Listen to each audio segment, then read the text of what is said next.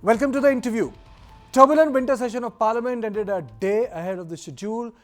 Country witnessed a logjam, unprecedented. 140 opposition MPs were suspended. The session was held against the backdrop of the result of the assembly polls in 5 states. Then the parliament security breach took place. Then the mimicry controversy took place. On this issue, I am joined by an MP from Tamil Nadu, Sivaganga, Karti Chidambaram. A very warm welcome to you, Karti, on my show, The Interview. And let me straight away ask you, why did this session fail? No, this session failed only because of the ego of the government. After the December 13th trespass, security failure, intelligence failure and intrusion into the Lok Sabha, all we wanted was a statement from the Home Minister in presence of the Prime Minister. They could have easily given a statement on what happened and what is the way forward, and the entire House would have been won.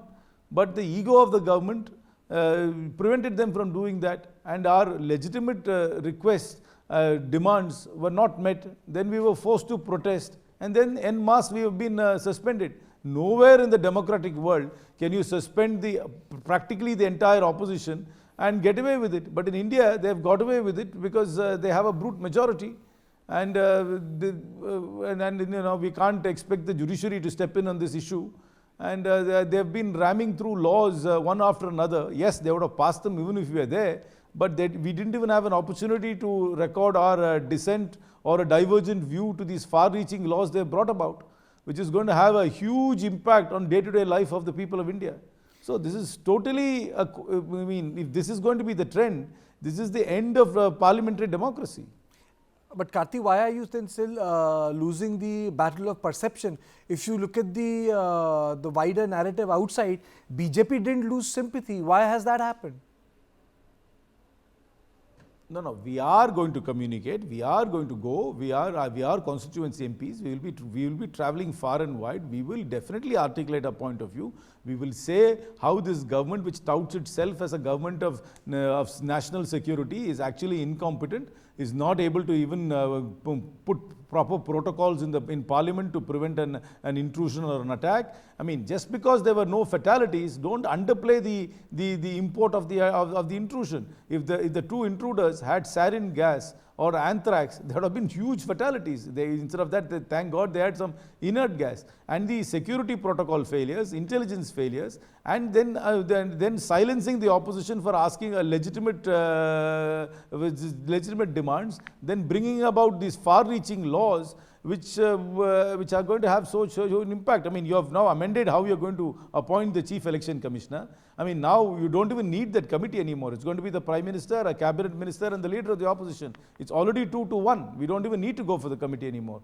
And then you're in the guise of amending the IPC and sort of decolonizing it. You have made it's still very colonial, and you have made it far more draconian. I mean, many people have said why it's draconian. I can easily articulate why it's more draconian. Then you've got a telecommunications bill which allows all kinds of interceptions, which even wants encrypted messaging services to give the back end. I don't know how they are going to give the back end. I probably think they won't give the back end. Then we'll have to figure out how they are going to operate in India. And then the postal bill, which allows you to intercept any letter in the guise of national security. This umbrella of national security allows and empowers the government to do a whole host of things which are completely intrusive, anti-privacy, and can be easily weaponized to target political opponents. I mean, to say, all these points could have been made in the parliament. All these points will be made by the opposition party in the constituencies. We were. But Karti, my question is very straight. Generally, people think all these issues from the perspective of why this and why that. I am asking you, this one-day protest of Jantar Mantar is a shoot and scoot thing. I mean, say, where is a long campaign? The only long campaign your party had against the government was Bharat Jodo. This is one day of protest. Jantar Mantar is because the day after, nobody is saying Jantar Mantar is the be-all and end-all of it.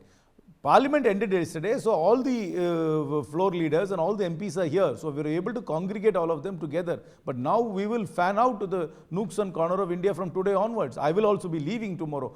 All of us will leave tomorrow and we'll go to the nooks and corner of India and articulate. The fact I'm even talking to you today is in a way trying to win over hearts and minds with our point of view.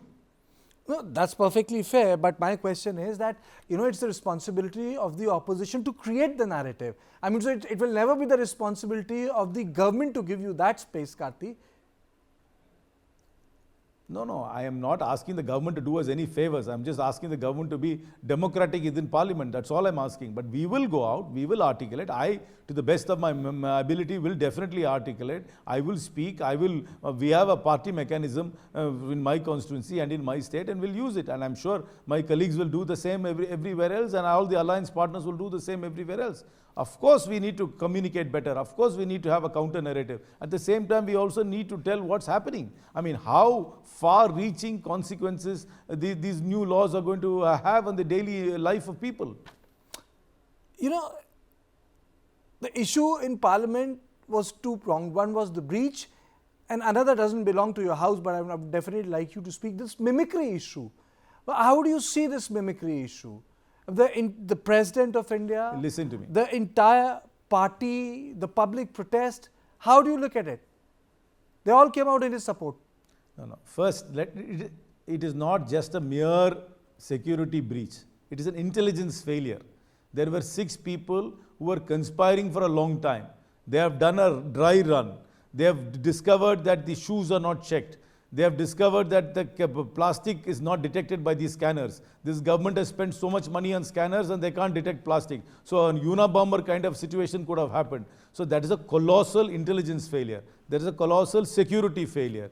Then the response of the security staff within the Parliament was also very sloppy. They were not swift. They are not necessarily trained to deal with these kind of situations. So the whole system, it exposed the fact that this government doesn't have the wherewithal to manage. Their management capacity is pretty poor. What they are very good at is in propaganda. So they are trying to divert serious issues by sideshows. I am in no way condoning the behavior of a member of another political party in the steps of Parliament. I am not doing that. But to make that the centrality of all the issues is rather unfortunate. You have expelled one member for a vehement critic of the government. You had a security breach. You have suspended 146 members. You have ran through laws in Parliament without any discussion or debate, without ever recording divergent points of view. And then you want to ask me about a sideshow of one member? Yeah, many found it distasteful.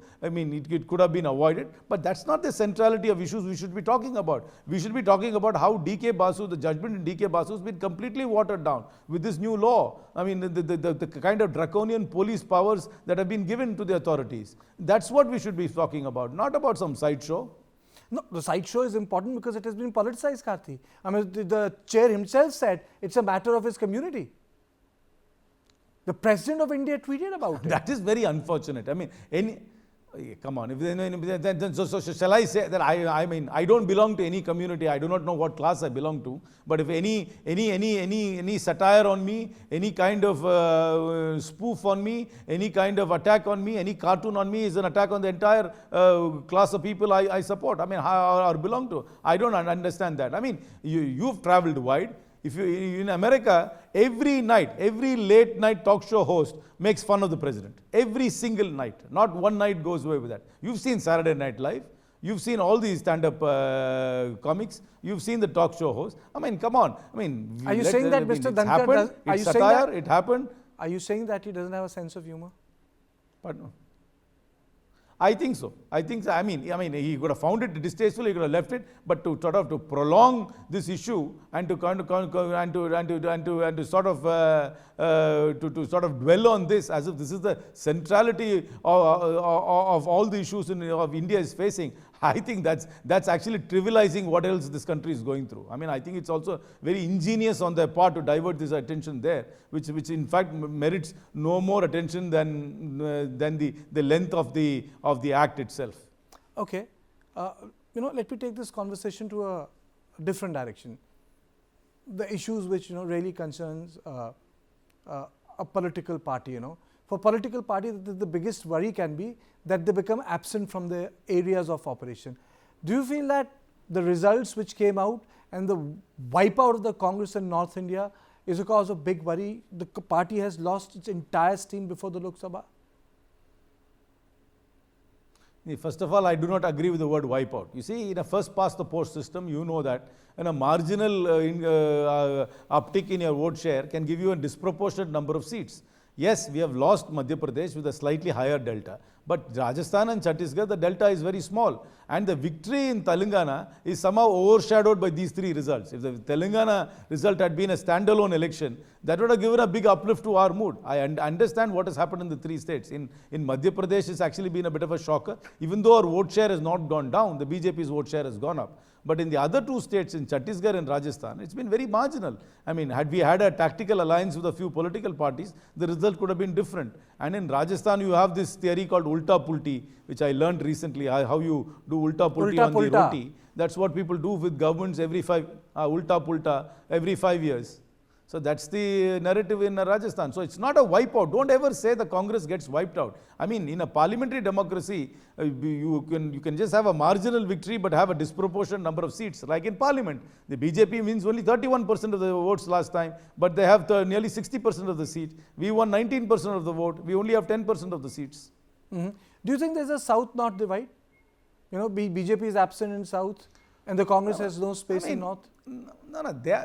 That the point is that in the linguistic states, the states which do not speak Hindi as their first language and as a native language, definitely seem to be successfully pushing out the BJP because of their one this, one that, their Hindi-Hindutva politics. So Tamil Nadu, Kerala, Andhra, the pushback is greater. But there is the divide in the South-North is because of language and the way that we perceive politics. But there are other differences as well in the South, and there are legitimate concerns the South has, particularly about a new delimitation which comes about. If it ever comes about purely on the basis of population, we will get disenfranchised. And economic parameters, of course, there is a difference. So there is a difference, but that's not some kind of it's not a divide. There's a difference, but it's not a divide between North and South. And lastly, before I let go of you, do you think that the older leaders really spoiled Madhya Pradesh and Rajasthan, their squabbles, and where one person was in charge in Telangana, he delivered the state?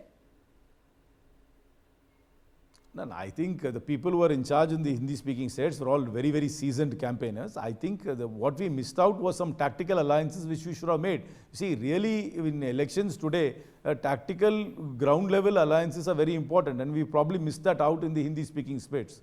So that's my reading of the situation. And lastly, before I let go of you, this is the second part of the Bharat Jodo Yatra. The Bharat Jodo Yatra created great momentum for the Congress party, but if you look at the results, only Telangana made the best of it, and now it's starting from east to the west. Do you think that it will have the capacity to create the same momentum, keeping in mind the results that are out now? No, the Bharat Jodo Yatra will definitely add value to the party, but we still need to have a ground game. We need to have an organization.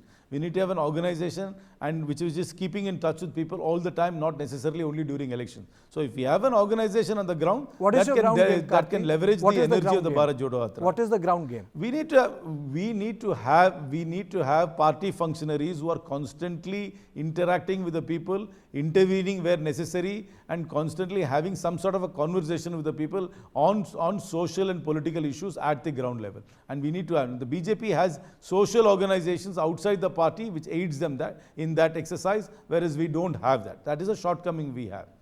So how do you make up for that? It cannot be done in a 6 months' time, and RSS took more than 50 years. It can't be done in the short term. I agree.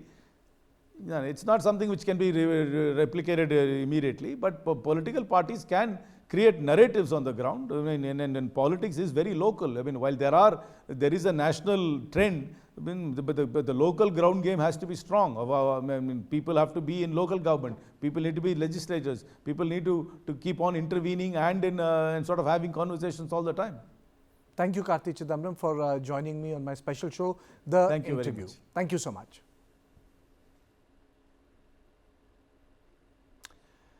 So this was Karti Chidambaram on my special show, The Interview, talking about why the Parliament session failed.